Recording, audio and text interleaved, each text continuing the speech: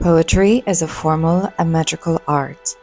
All ancient poetry was formal, using recurrent patterns of sound or meter to announce its special status. Poetry announces its special status as a kind of artistic speech or heightened speech. The nature of those techniques differs by language and culture, but poetry always uses features that native speakers can hear without difficulty.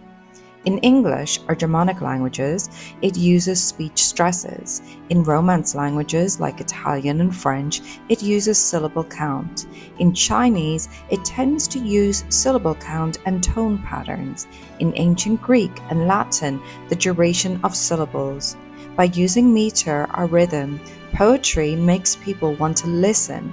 It wraps their senses up in pleasure. Poetry is a sacred art. Poetry first emerged as a sacred ritual, words sung or chanted and danced in honor of the divine.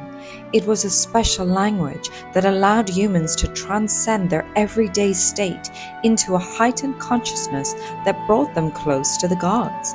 The power to address their god or gods, to commemorate and relive the stories of their gods. The poet was a priest, priestess, a shaman, a prophet, a magus. Sacred literature of the ancient world is written in verse. It had to be composed in verse before writing, as there was no other way to remember. Even after writing developed, the practice of poetry continued.